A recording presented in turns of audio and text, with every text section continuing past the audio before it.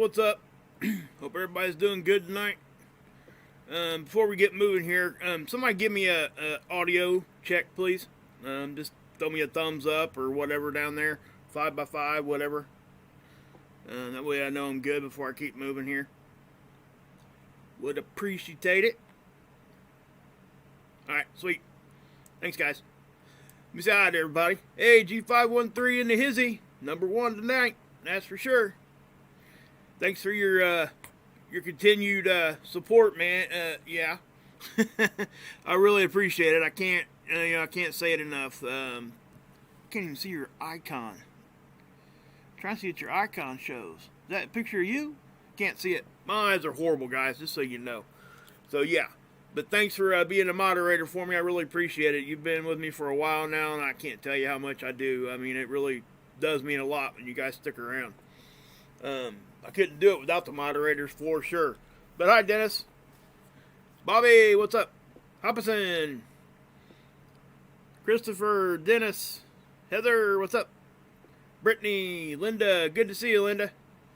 Darren, Tracy, Kathy, Rebecca, Michelle, Glenn, what's up? Scott, hey, what's up? Maya, good to see you. G513 again, Darren again, Nicole, what's up? Linda, Bobby again. Lighthouse, Mary, Jerry, what's up? What is up? Thanks for modding. To all my mods, thank you. I can't say it enough, guys. I really can't. Wish I could just sit here and give you guys a big love fest all night long, but I can't really do it. Hey, Jack, you know, after you said that over in Mark's channel last night, not being able to chat over here, I went and looked, and nothing was, you know, wrong on my end, I guess. Hopefully, something wasn't going on with your internet or something. But, yeah. Hey, Russell. Hey, what's up, brother? So, anybody else I missed in here? Hello. Hey, Grandma JJ. Arizona's here. All right. Cool. Kathy, what's up? Tammy, Stephanie. I could do that all night. Hey, Susan. Love you guys, man. I mean, honestly, it's just awesome. So, anyway, I am going to just kind of get into it now. Oh, it was on your end? Okay. Yeah, I didn't think anything had happened. Also, I seen Mark Klosick. I was going through that list looking for your name on, like, the band list, and he was on my band list, and I don't know why. So if you got, hey, Keith, how you doing? Queen Brat, what's up?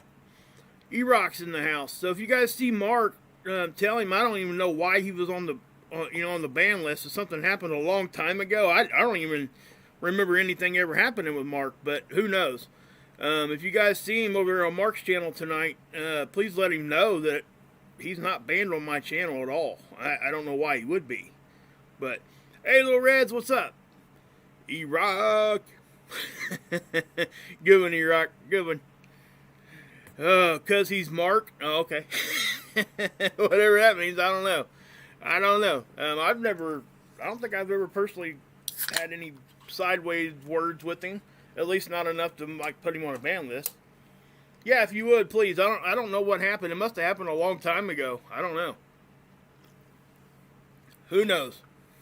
But, anyway, I'm going to keep moving. Kim Possible's in here. All right. So we got, Schumann stuff, guys. I'll go through that real quick. I'm not going to spend a whole lot of time on this one tonight. We're going to just kind of get into the meat of the stream here. But we got Schumann stuff. Really ain't much going on, guys. Okay, it's pretty, almost like a carbon copy of yesterday. Seriously. There's a little bit of extra going on here. Not a whole lot. Now, I did notice that this 20 hertz line is now becoming more evident again.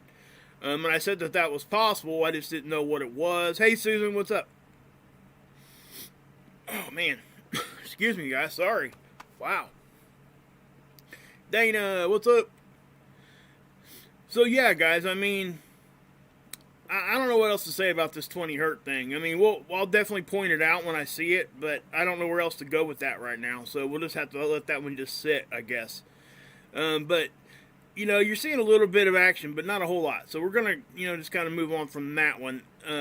Sometimes when we get solar weather, this thing will start going a little bit, we'll start getting some spiking and stuff. Not always, just depends on what's happening. Big earthquakes can cause this stuff to move too. Especially if it's in this local area where the antenna's at. So hopefully you guys kind of can understand that. That's remember that this is regional, okay? So hey Joanna, what's up? Kathleen's in here too. Cool. Good to see everybody. Awesome stuff. Okay, so did we get into storm level? No, we did not. Okay. Yeah, it could be, Smitty. He makes a good point. Could that 20 hertz line be possibly from 5G? It just depends on where the antenna is actually located and how close those 5G towers are to the antenna. You know, 5G can only reach out so far, so it really does depend on the locations of that stuff. And I'm not sure if the 5G stuff actually, you know, produces a 20 hertz vibration. I don't know. That is definitely a good idea to look into, though. So if you find anything on that through your research, let me know, Smitty, for sure. I would definitely like to see it if that's the case, because I'm always looking for answers on why that stuff's going on. So definitely a good thought, though. Hey, Knowledge, what's up? 60 hertz, is that what it vibrates at? Okay. Yeah. I would imagine, you know, that they could probably adjust, you know, if we're talking about, you know, maybe they're not telling us what's going on with all that. You know, I would imagine they could probably set it to whatever they want for whatever they want to do with it, I guess. But anyway, we're gonna move on. Starlink, I don't know, Trish. That's out in space, so remember that tool is regional. So if that 20 hertz was showing up on all the tools, maybe Starlink. But I don't know. Once again, those are all great ideas for sure. Good stuff to look into. ACW, good to see you. Anyway, solar X-ray flux. So we got no flaring going on. We've got some active areas on the front of the sun right now, but nothing that's flaring. So nothing going on there. Solar proton flux, that's radiation storms. Nothing going on there. As good as I should. I'm good, man. Thanks, Bobby. Thanks for asking, man. Hey, Dolores, what's up? Jeremiah, what's up? There you go. Hey, do you guys know it's one of the longest words in our language? It's kind of crazy. Anyway, geomagnetic activity. Okay, this is where we look at for that. The solar storm that was incoming. It did get here. Okay, yeah, I'm good, Egg. Thanks. Zenos, good to see you.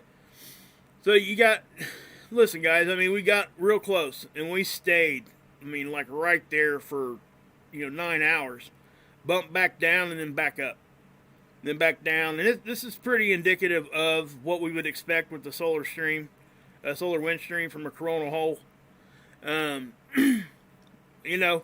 This depends on how, if this would have stuck around a little longer, if that hole had actually been just a little bit bigger, I would probably say we would have gotten into storm level, because it does, most definitely, this stuff does build. The longer it's around, the more that's hanging around our atmosphere, and it doesn't take as much to push us up. Much like solar flares, okay? If you got a lot of sunspots, the baseline goes up, and then it doesn't take as big of a flare to really push you up into some decent size flaring. But the geomagnetic activity, guys, obviously, yeah, we were pushing storm level almost all day. So, take that for what it's worth. Remember, their predictions are over here. Let's grab it here. And, obviously they're going to adjust because they have to, because they were wrong at some level. I don't want to call them wrong, though. And why I don't want to do that is, they had that box yellow, but they said right there in their predictions, it was a 45 to 50% chance that there could be a G level 1 storm. That's the percentage of chance that it gave. So, they really weren't saying definite solar storm. Now, that percentage will vary, depending on what's going on. So, we can't just automatically, they were wrong. Well, not really, because they were giving it less than a 50% chance of happening.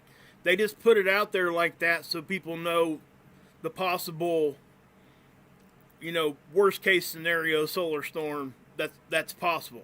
That's why they do it like that. It's kind of like one of those things where, is it better to do it and ask for forgiveness or ask for permission, that kind of thing. That's kind of that's why they do it like that. It just makes it, easier for them to give you guys more of and me too, a more comprehensive what could happen type of scenario, I guess, is what I would say. They don't want to undersell stuff either, just like, we don't want to oversell it. So it's a hard line, guys. When we're talking about space weather, I couldn't imagine how hard that is to predict. I really couldn't. I mean, it would take a lot to be able to predict stuff like that. But anyway, here's a first look at the sun and what's glaring at us right in the middle. A big old coronal hole. Now, it's not huge, but it's of significant size. And we will see effects from this. We're connected to this probably right now. Hey, Yoga, what's up? Hey, Teresa. Paula's in here too. Cool. But anyway, this is right in front of us, okay? So we're going to get some solar wind from this probably in the next, I don't know, depends on how long it takes to get here. Remember, 3 to 5 days typically is the time frame we're looking at when we're talking about, charged particles getting here. But here's the ACE data. You see it going up. Okay, our range is 2 to 600 here, so what's normal? 3 to 500 would be what we would consider normal ambient conditions. So you're kind of looking at this, we started off, kind of in the middle of normal, kind of pushing towards the higher end. And then while I was doing my show last night, if you remember, we seen this first sharp uptick. And then it went up here and it plateaued out, okay? Then it got to here, and you can see how, things started fluctuating a little bit. That's why it started looking a little bit more like what I call popcorn. It wasn't like such a straight line. The data points were, varying quite a bit. And not only was the solar wind doing that, so was the density, and so was the temperature. So that's telling you that, yes, this is what was going on. Sometimes we take bigger hits when we are fluctuating like this, because our magnetic field is actually trying to recover all the time. So if it's in a position that it's trying to recover and we get smacked again with another, harder hit, more dense or faster right behind it, it can actually push you up a little bit harder and some more stuff will get through. It's kind of like a wave in the ocean, If you're standing in the wrong spot, it's like a rogue wave, I guess is what I would say. You're out there, you see the waves coming, you jump up with the wave, you go back down, and you didn't see the one that was right behind it because it wasn't supposed to be there. And you get taken by surprise. And that's kind of what I'm saying there. Hey, Justice, what's up? DK, good to see you. Greenie's in here, that's right. All right, Jerry's in here. Everybody's in here. Thank you. Rick, what's up? So anyway, you got the phi angle here. This is the polarity of the solar wind. Now, we're getting readings for the BZ. Now, I think these are probably Earth-based readings, okay? I'm not for sure. I'm going to have to do some research on that.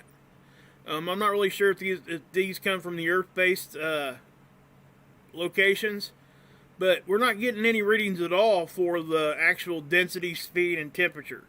So my guess here is that, because of what we're looking at here, these must be ground-based, or closer to us at the very least.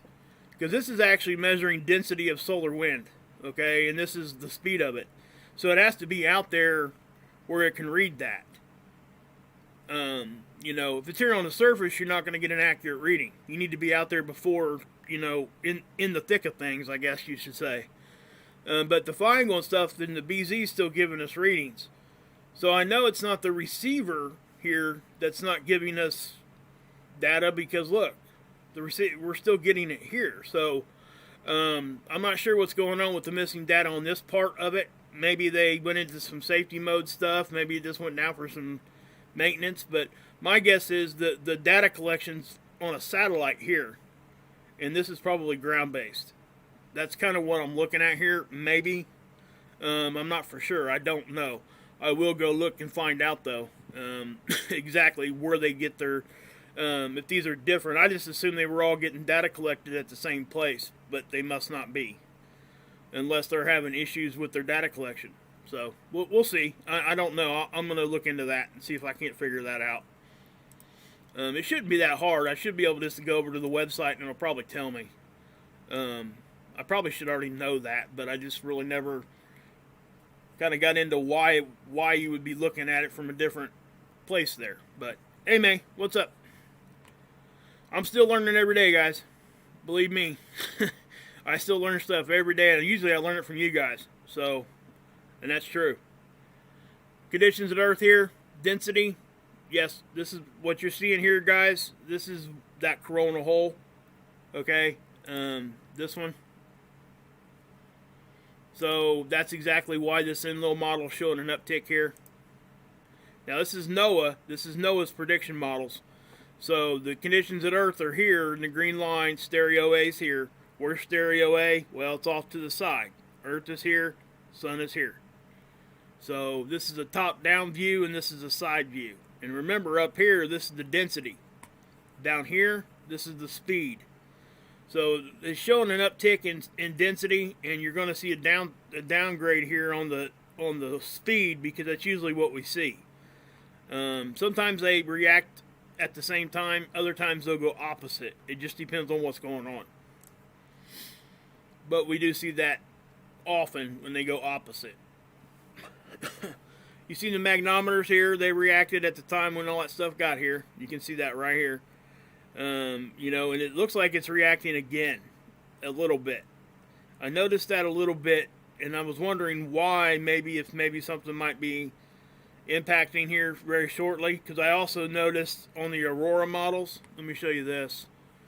This is the north and south pole. Okay, these are the Aurora Borealis. You know, again, we all know, most of us know about the North Pole, but you got the South Pole here too. But watch what happens here, and I'm just going to show it to you because I've seen it here.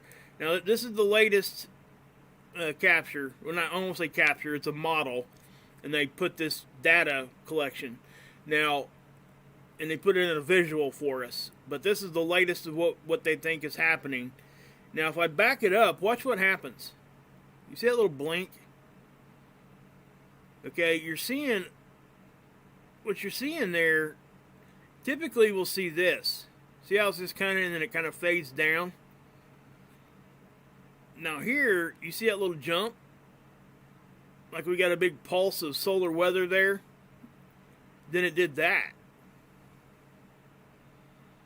That's a pretty drastic uptick in such a short amount of time. So I looked at the timestamps, and it went, if you look down here, it says 25 minutes into the hour there. And if I go forward, that was 7 minutes, that would be 11 minutes, and then that would be 15 minutes. So in 15 minutes we go from that to that. That's a pretty steep increase, pretty quick like. Okay? We don't typically see the Aurora do that. So that's why it kind of caught me off guard there a little bit. And then it looked like it did it twice. So those were definitely, you know, I think the second one might have been like a lapse in time because it did jump quite a bit. But I don't think that first one was. And even the second one, I'm not sure that it was. But that definitely, looks almost like it's flickering a little bit there. And so that's telling me that we're getting very, very fluctuating conditions. We're getting, you know, we're low condition to high condition, low condition to high condition really fast. And sometimes when that happens like that, like I said earlier, it'll cause us to have a little bit extra geomagnetism. And I think maybe that might be why we're seeing this magnometer react a little bit. Not bad, but just a little. And it's just something I noticed, guys. It's nothing to be like all crazy about. But it definitely does point to stuff was happening.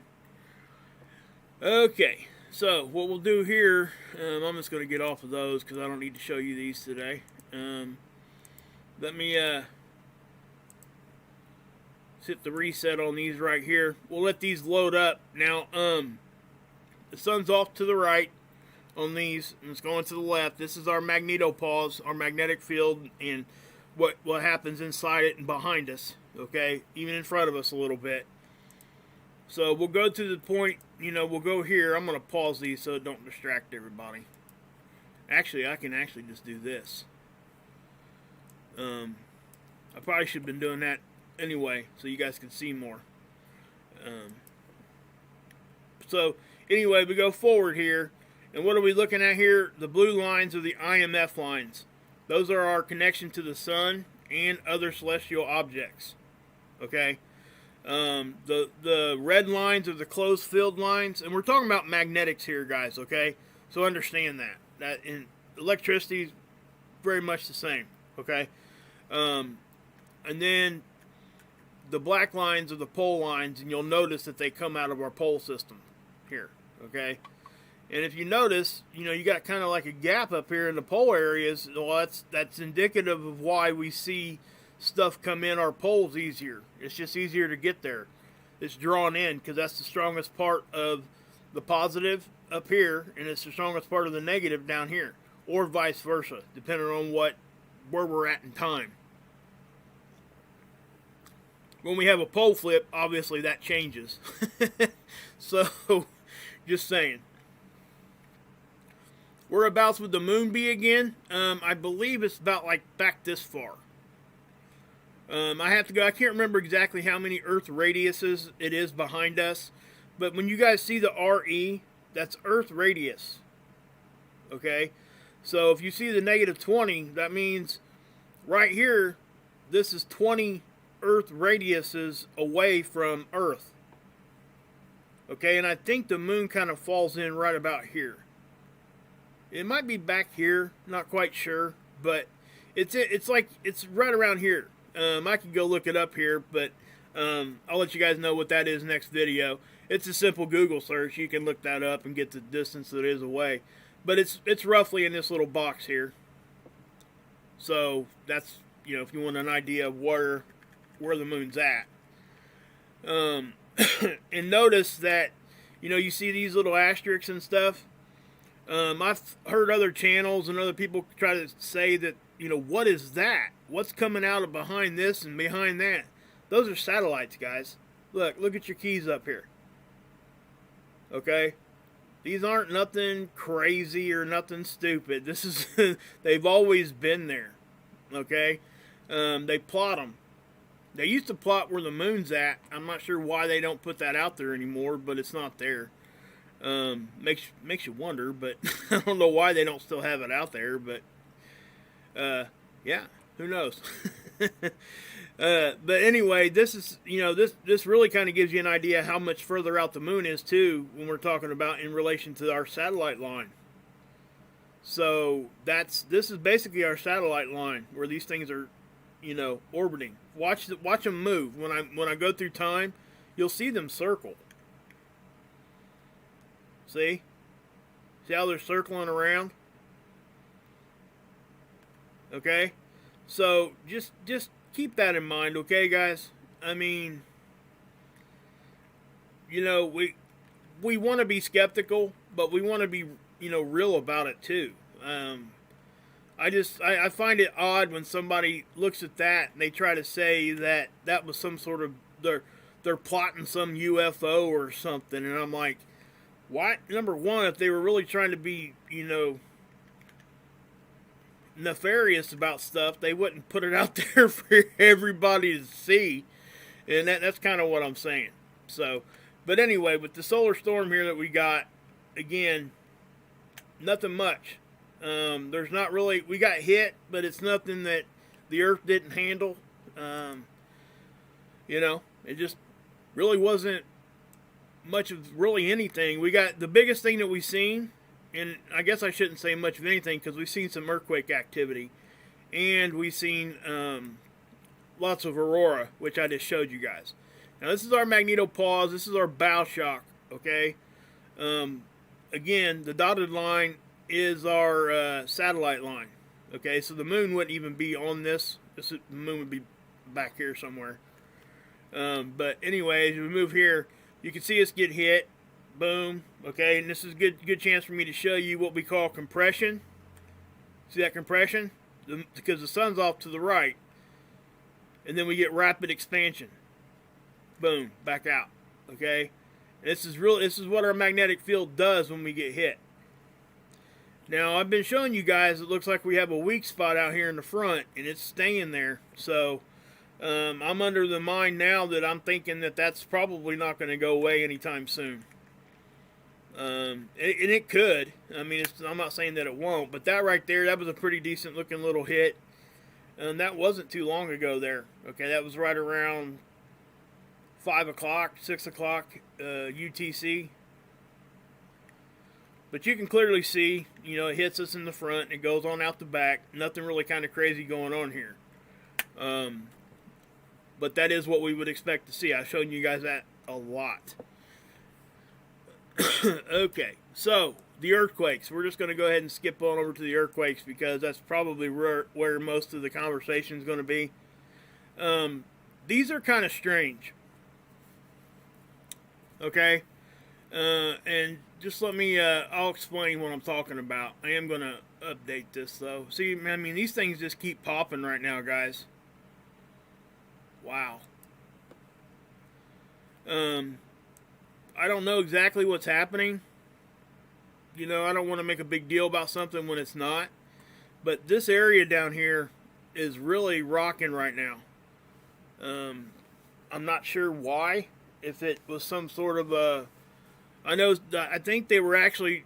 This was kind of circled to be like a watched area within the past couple days.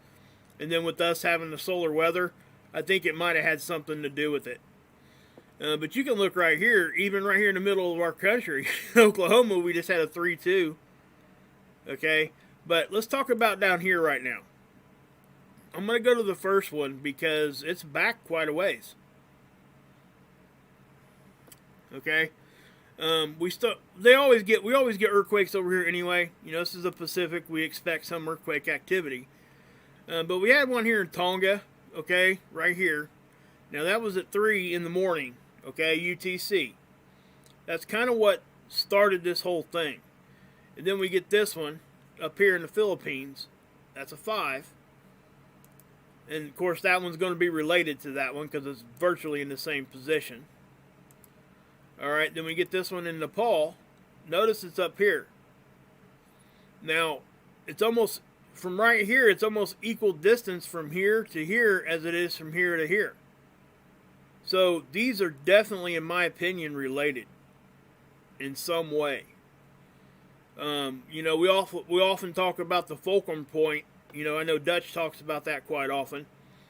And basically, that's just the point things pivot on and it kind of balances out. And it doesn't have to be equal distance from one another. It just has to be that balance point. But, you know, I used to drive a fork truck every once in a while. And a fulcrum point on a fork truck is very, very, very important. Basically, you have to know your center of gravity. That's really what it boils down to. Because you can tip over, you can do all kinds of crazy stuff. That's why you can take a little short, stubby fork truck and make it to where it doesn't tip over. Because you're creating a different fulcrum point depending upon where the weight is. So when we're talking about pressure and stuff like that, it's kind of the same thing. So that's why that comes into mind. But this does look like these are kind of related. And then we get, you know, if we go down here to the first one that really popped off in Fiji right here, this 5-7. Okay, that was a pretty good one. All right. So if we go here and we go up here, you got a 4-9, right? So that's right on top of that other one. That happens. That one there happened at 1900, so it's up here. But as we look at these, we get a 5-7 again, a 5-2, and then another 5-6, a 5, a 5-3, a 4-5, a 4-9. Okay, but check this out. I'm sitting here going through these. Do you guys see the depth on these? Okay, let's go back here and we'll look at the depth. We're not going to look at the ones in Fiji or Nepal because we're talking about just this area here. 10 kilometers. All right, now that is a computer default until they get the exact like measurement. But typically on like a deeper one, they'll know fairly quickly that it ain't 10. So that's what I'm trying to say here. And then you get a 10 here, a 10 here on the big one, a 10 here, a 10 here, a 10 here, 10, and then look at this one. 531 kilometers deep. Right there in the middle of all of it. That was extremely strange to me. I wouldn't have expected that. That's all I'm saying. And I don't know the science behind any of this. I'm just being honest with you. It's just an observation that I'm making here that it doesn't look like this really should have been this deep. And it's almost like it's, I don't know what to think, to be honest with you. You know, you get all these significant ones that are definitely closer to the surface, and then you get this one that is so deep, it's like, what in the world? So, I don't know. I know I said that like 3 times this video, but I have that. All I know is that it probably really shouldn't, we shouldn't be seeing one that deep around all of these 10 kilometer ones.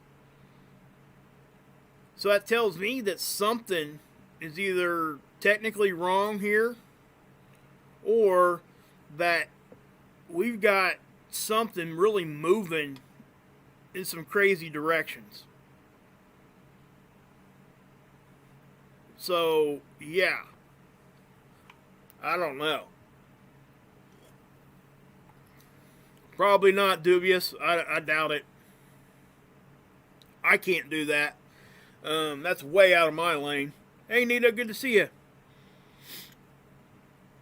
Yeah, it's way out of my spectrum of being able to do any of that. Hey, Pam, what's up? Teresa. Oh, goodness. But yeah, guys, I don't know what to say here when it comes to that anymore. That is definitely something that I would like to have an answer for. That's just crazy, in my opinion. And anybody that's been around earthquakes for any length of time, I would be curious to see what they have to say about that, because it's definitely something that is kind of strange.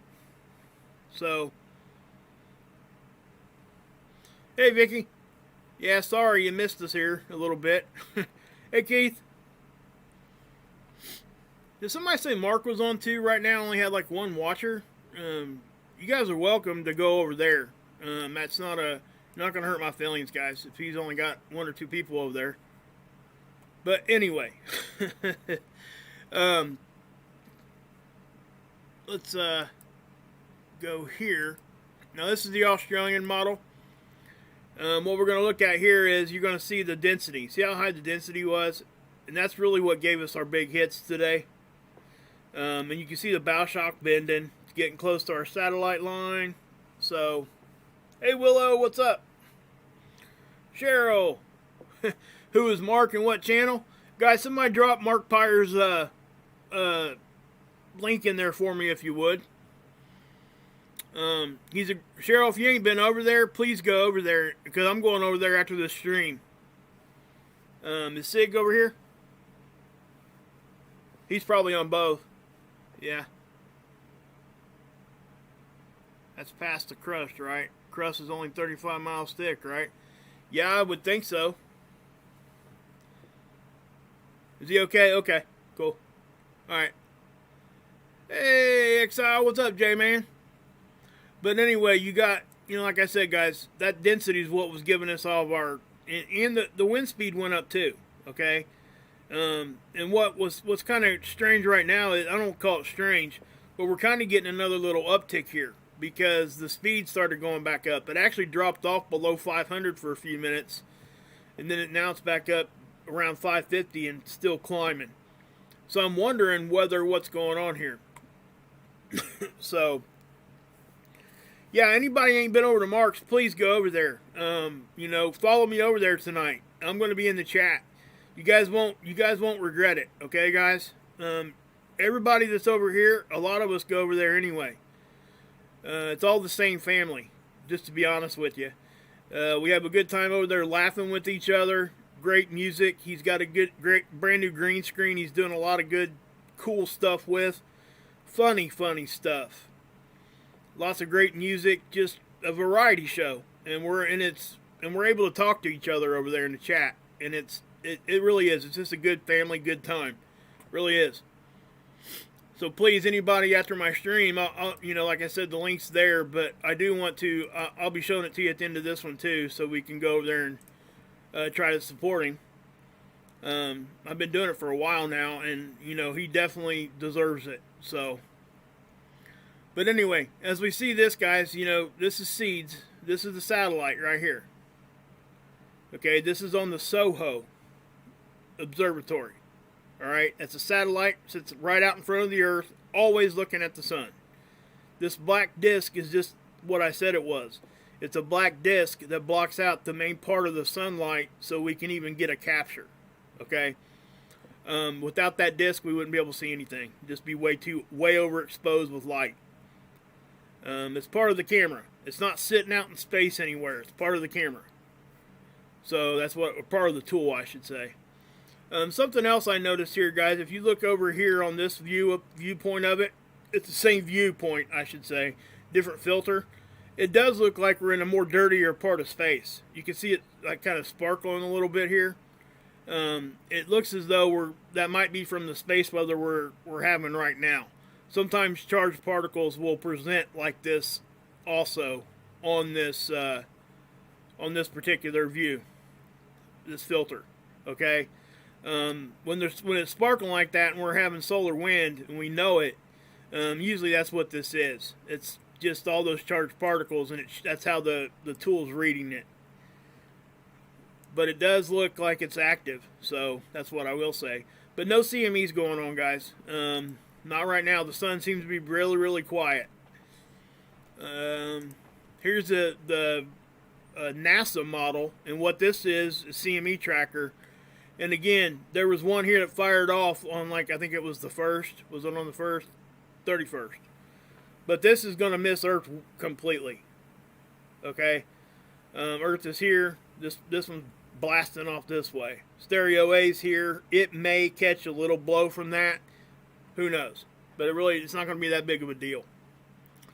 Geoelectric field model. This is space weather's effect on unnatural computer components. Okay? Not computer, but electrical components. So that's what you're looking at here. Now you're going to see it flashing a little bit. I should have taken a movie of it, when a recording of it when it was right in the middle of that uptick in the solar wind, because this thing was moving around quite good. Hey Russ, what's up? California? For sure, man. I know what you're talking about there, Russ. For sure. Hey, Jeremiah. So, yeah. Hey, Lighthouse. Good to see you. But, yeah, I mean, this is bumping around. These are all things that we can look at to point to how strong the solar storm was. And, again, guys, I'm going to go back here and I'm going to show you guys this, that we didn't get into storm level, but we got close, okay? This stuff is going to become more and more prevalent as we move on in the sun cycle. But as you look at the sun here, guys, look at this, okay? There are no sunspots. All right? The filaments that we were looking at, remember the ones that were dancing around on the limbs, and the big ones that were flicking off, causing the CMEs and the solar storms and stuff? They've actually went away for the most part. It is extremely quiet on the sun right now, except for this coronal hole. And that will give us weather. Now, I say that to let you guys know that at any time, the sun can blow a CME. There does not have to be a sunspot for a CME to happen. Or a filament to raise off and snap off and do the same thing. Okay, guys? So, that's, I don't know. But this thing, when those things pop off, it's the same as, it's essentially a CME. It's still flicking charged particles out. Okay, plasma. So, cracking me up there, Jeremy. Hey, fam. Or about, that's a good question, fam. Are they worse or the same? Well, both. Okay, it just depends on what you're talking about. If we're talking about the sun, we're going to have fluctuations in the sun's activity. That's just a given. Now, the closer and closer we move towards solar maximum, which will be in the next few years, you're going to see the activity grow slowly. It may even grow fast at times. But eventually we're going to get to a point where there's going to be activity on the sun every day, all the time. And that's when the most of the time, that's when the bigger events and stuff happen. But we'll definitely, it's just like gambling, guys. I mean, honestly, the odds go up. That's just what it is. What are we observing on Planet X News? Oh, you're talking about, okay, you had me bumped up there a little bit. Scott's going to be making a video here, I think, in the next few days. I talked to him last night, so he did catch some stuff in the CME that happened over here. I'm going to let him show that because that's his baby. He's the one that's doing the work on that, so I'm not going to, do that. He deserves the traffic for all that. So I will, keep moving on that. So, excuse me. Sorry, guys. Had to get something to drink there. But yeah, so we definitely seen some Aurora. Let me do this real quick. I want to, I should have had this pulled up already. I just forgot to pull it up. So, these are some of the Aurora pictures. Ain't that pretty cool? Guys, go over to spaceweather.com and check these out. These guys do a great job. You guys know I say it every time I use their stuff because they do. We'll click this, go larger. Check this out. I've never seen them with my own eyes, guys. It's one of my dreams to actually be able to do. It's on my bucket list. I want to be able to see that kind of stuff. Just never been in that position, but I just think those are cool, and those are definitely pretty intense. You can see how intense the light is, and I don't think that this capture is doctored in any way. I think that's just a raw photograph. So I just think those are awesome.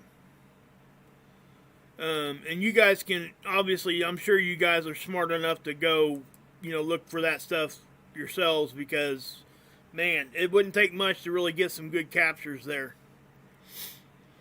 But, new sunspot alert breaking a string of 5 spotless sun days. A new sunspot is emerging in the sun's northern hemisphere right here. They're circling it here. It didn't look like it made it. It could have, I guess, but at best, I'm not sure if they're going to give it a number or not. They haven't yet. The new spot restores some balance to the lopsided solar cycle. Yeah, a little bit, I guess. But again, guys, we don't really have much activity right now in the front of the sun, and we want some. We got to have a little bit of something. If not, cosmic rays and stuff start getting in, and it just doesn't bode well for us. It makes our magnetic field weaker. So we need a little bit of activity. Not a bunch, but we need a little bit. Now, we've had 10 fireballs reported today. That's a little uptick from what we've been seeing. We've only been seeing 3 to 5. And 10's still not a big number, okay? Like I said before, I've looked on here and it's been over 200 before. So that's just what I want to say there. I mean, it definitely is, yeah. But near-Earth objects. Notice something here, guys. You see how small this is?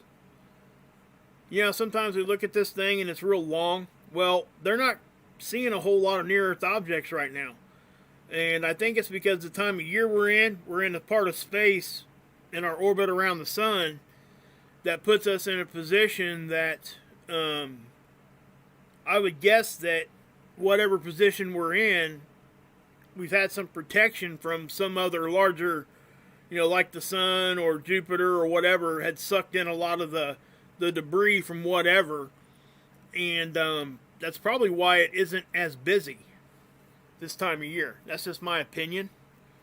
But that's something I've given some thought to. Now, this can change at the drop of a hat. We all know that there's not too many telescopes out there looking for these things, these near-Earth objects. And, you know, they miss them quite often, and it's understandable why they miss them. It's not something that's, you know, all crazy and stuff. Now, listen, guys, if you come over here, please always look at the size of them.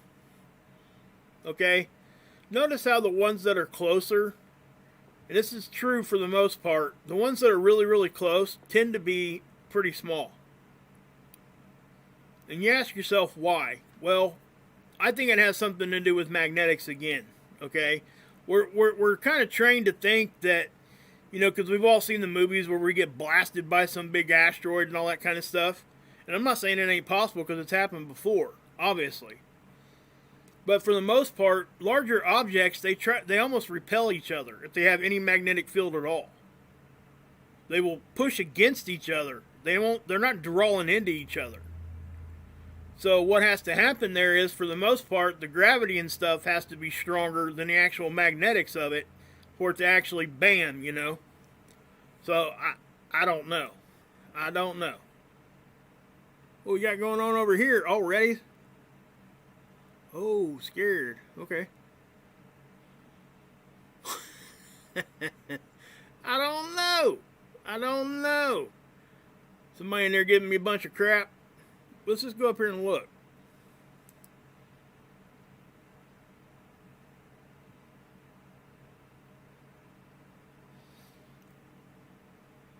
Do you live in a permanent Harry Potter or Game of Thrones fantasy woman? Oh, wow. Yeah, those are some pretty bad comments. Okay. Yeah, go for it, guys. Got to respect each other in there, guys. Thank you, subs. Subs and mods. Thank you, mods, for taking care of that. Appreciate that. Really do.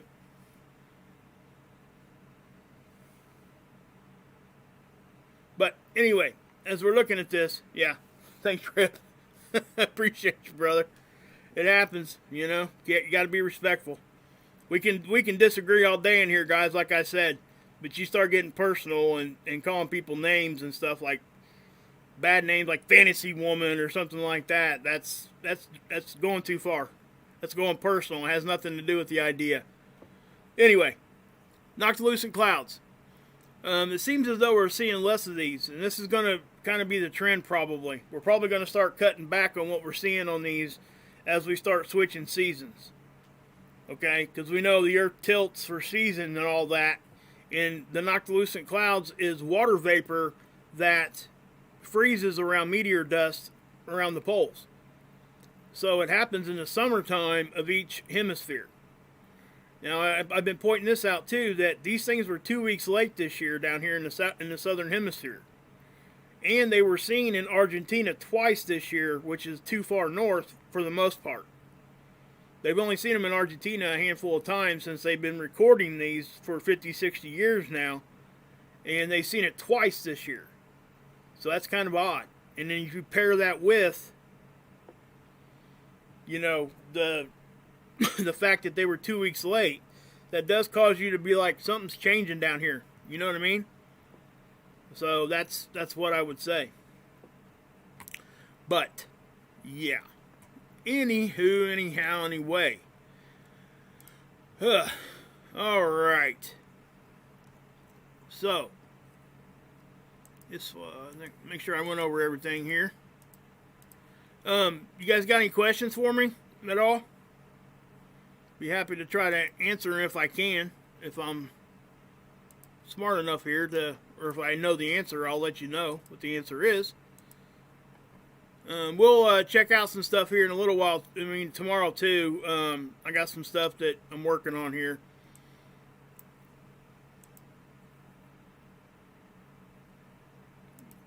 Pause that. All right, guys. So yeah, we got any questions?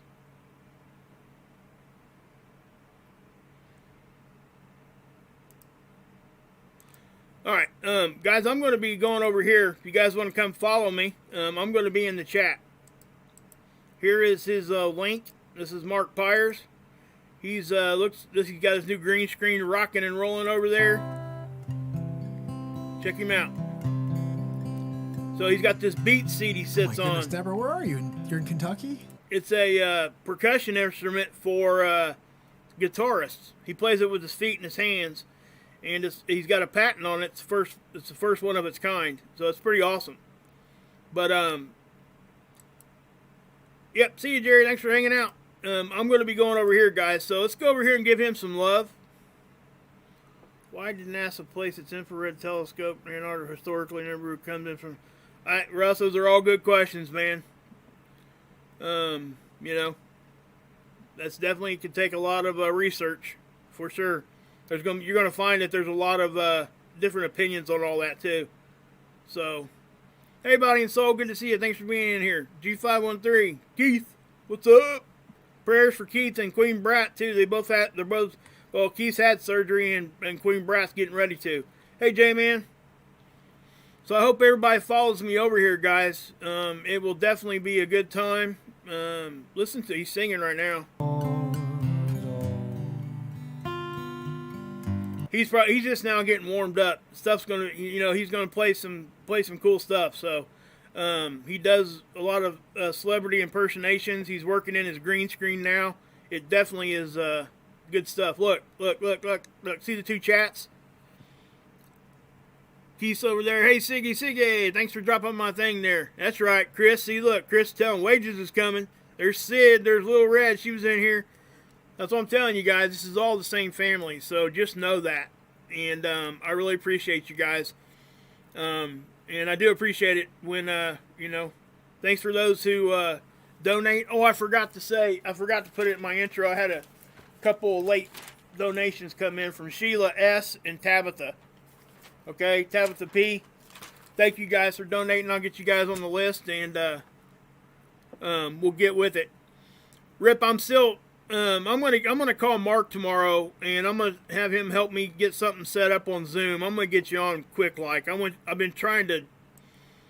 My computer's been being stupid. Just put it to you that way. I don't want to go into the details because it'd take too long to talk about. But yeah, we're gonna get you on here, man. I want to get everybody. I want to get you on here and a couple others. Once I get that rolling, I think you guys will enjoy it. I really do. So yeah, guys. So I am going to go ahead and end it. I'll come back on with any other kind of pertinent information if anything pops up, and we will all have a good week, good day, and I will see you guys tomorrow. Come follow me over there on Mark's channel, and we're going to have us a great time. That's okay, Linda, for sure.